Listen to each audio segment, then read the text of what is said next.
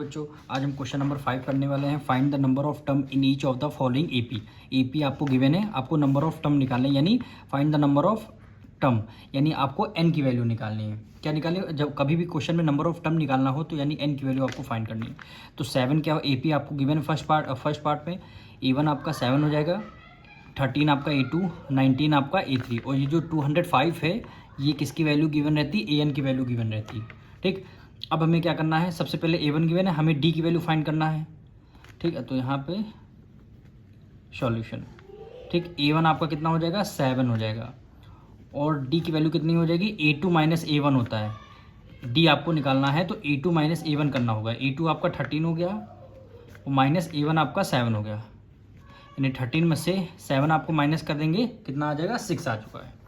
D की value 6 आ चुकी है। अब आपको एंड सिस्टम का फॉर्मूला लगा देना है, यानी En equal to A1 plus n minus 1 D, यही फॉर्मूला होता है। En की वैल्यू आपको 205 क्वेश्चन में गिवन है, इज इक्वल टू A1 आपका कितना है? 7 हो गया, प्लस n की वैल्यू हमें फाइंड करनी है, यानी नंबर ऑफ टर्म आपको फाइंड करने हैं, और D की वैल्यू आपकी कितनी हो गई? यहाँ पे 6 आ चुकी है। अब 7 इधर प्लस में, इधर किस में आ जाएगा? माइनस में आ जाएगा। ठीक, यानी 205 7 इक्वल टू उस तरफ प्लस में, इधर किस में आ जाएगा? माइनस में आ जाएगा। ठीक, तो यहाँ पे क्या बचेगा? n माइनस 1 बचेगा। ठीक, और ब्रैकेट के बाहर आपका 6 है। अब 205 में से 7 माइनस कर लीजिए, तो यहाँ पे माइनस कर लेते हैं। 205 से आपको 7 माइनस कर दें, 1 कैरी लिया 15 में से 7 माइनस कर देंगे, 5 उधर, 5 प्लस 3 8 हो जाएगा। ठीक, 1 कैरी दे दिया, यहाँ पे आगे 10 बचा, 1 कैरी यहाँ पे कितना? 9 हो गया, 1 आगे कैरी दे दिया, यहाँ पे 198 हो गया। तो यहाँ पे क्या लिख देंगे? 198।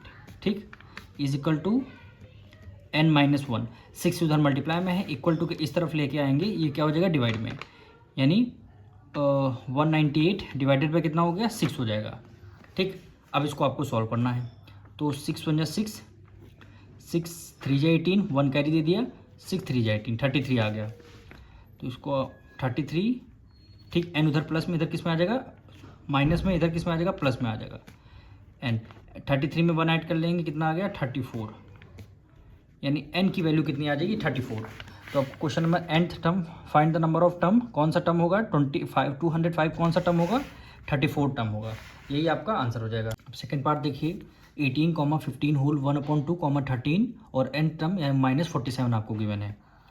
तो 18 आपका A1 हो जाएगा, 15 होल 1/2 आपका A2, 13 आपका A3 और माइनस 47 जो है आपका, ये आपको AN की वैल्यू आपको गिवन है।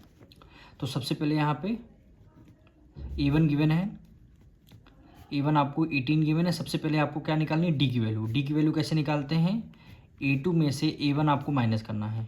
A2 कितना आएगा? 15 होल 1/2, यानी 15 होल 1/2 माइनस A1 कितना है? 18 हो गया। अब आपको सॉल्व करना है, तो यानी 15 ज़ा 30 में 1 ऐड कर देंगे, कितना हो जाएगा? 31। डिनोमिनेटर में क्या आपका 2 है, 2 हो जाएगा, माइनस 18 हो जाएगा। अब हमें क्या करना है? 31 माइनस से माइनस कर दिया, 2 की मल्टीप्लाई 18 से कर देंगे, 18 2 जा 36। ठीक, डिनोमिनेटर में यहाँ पे 2 है, एज इट इज़ आपका डिनोमिनेटर में कितना आ जाएगा? 2 आ जाएगा। अब आपको क्या करना है? 31 में से 36 माइनस, ग्रेटर नंबर से स्मॉलर नंबर माइनस कर, 36 में से 31 माइनस कर देंगे, कितना आ जाएगा? 5, और डिनोमिनेटर में यहाँ पे 2 है, 2 एज इट इज़ आ जाएगा।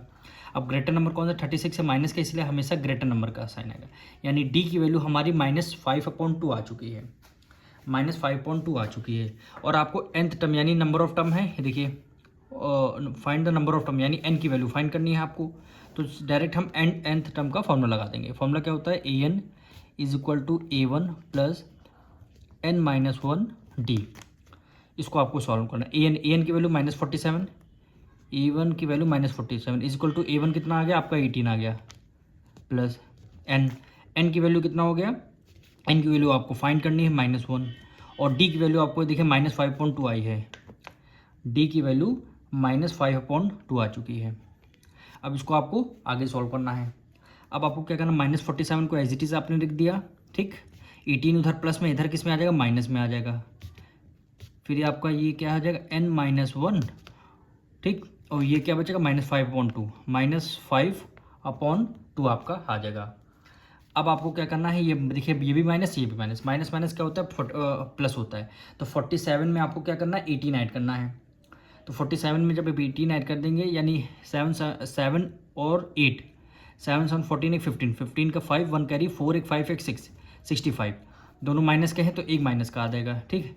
इज इक्वल टू कितना आ गया -9/5, तो ये आपका -5/2 आपका एज इट इज़ रहेगा, ठीक। अब इसको आपको -5/2 फ्रैक्शन है इक्वल टू के इस तरफ लाएंगे, जो वैल्यू डिनोमिनेटर में है वो न्यूमरेटर में आ जाएगी, न्यूमरेटर वैल्यू डिनोमिनेटर में। देखिए कैसे, देखिए -50 65 आ गया, 2 आपका डिनोमिनेटर में है इक्वल टू के इस तरफ लेके आएंगे, ये आपका मल्टीप्लाई में आ जाएगा, और 5 इधर मल्टीप्लाई में था, ये आपका किस में आ जाएगा, डिवाइड में आ जाएगा। क्या वैल्यू बचेगी n-1 केवल बचेगी। अब देखिए न्यूमरेटर में minus, denominator minus, minus minus आपका क्या हो जाएगा, कैंसिल हो जाएगा, ठीक।